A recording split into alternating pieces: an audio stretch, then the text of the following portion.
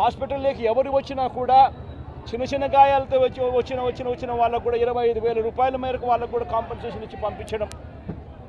ఏకంగా గ్రామాలకు కూడా 15,000 మంది 15,000 మంది నివాసం ఉంటా ఉన్న చుట్టుపక్కల ఉన్న 5 గ్రామాలకు సంబంధించి ప్రతి ఒక్కరికి కూడా మళ్ళీ 10,000 రూపాయలు కూడా ఇచ్చి కూడా తోడుగా నిలబడిన పరిస్థితులు ఆ రోజుల్లో వైఎస్ఆర్ కాంగ్రెస్ పార్టీ ప్రభుత్వ హయాంలో జరిగాయి.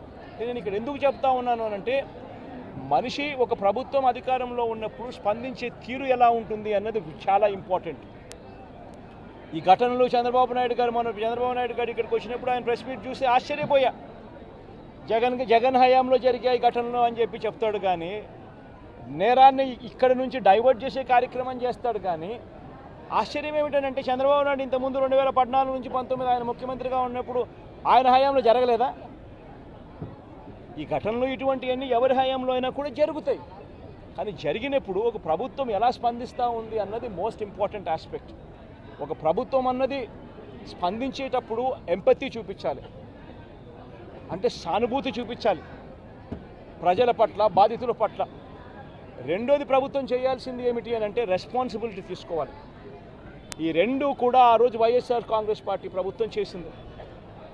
ఈరోజు చీఫ్ సెక్రటరీగా ఉన్న నీరబ్ ప్రసాద్ అనే వ్యక్తి ఎవరైతే చీఫ్ సెక్రటరీగా ఉన్నారో ఆయన ఆధ్వర్యంలోనే అప్పుడే ఒక హై లెవెల్ కమిటీ వేసి ఫ్యాక్టరీ సెక్యూరిటీని, పొల్యూషన్ కంట్రోల్ని ఈ రెండింటినీ కూడా క్రోడీకరించి ఇటువంటి ఘటనలన్నీ కూడా పునరావృతం కాకుండా ఏ రకమైన రిఫార్మ్స్ తీసుకొని రావాలి అని చెప్పి ఆలోచన చేసి కమిటీ స్టడీ చేసి సిఫార్సు చేయమని చెప్పి కూడా ప్రభుత్వం కోరింది.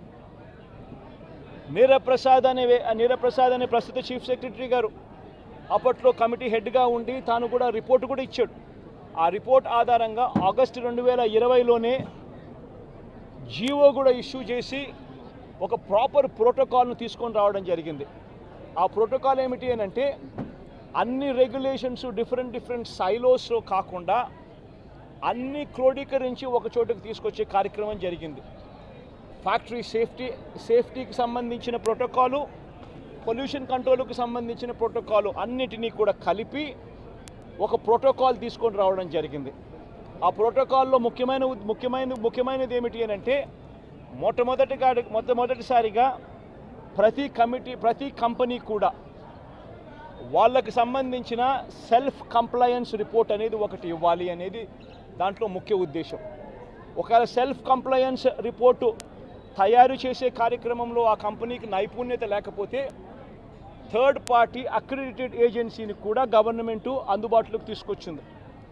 వీళ్ళ ద్వారా మ్యాండేటరీగా ప్రతి కంపెనీ సెల్ఫ్ కంప్లయన్స్ రిపోర్ట్ అనేది మ్యాండేటరీగా ఇవ్వాలి.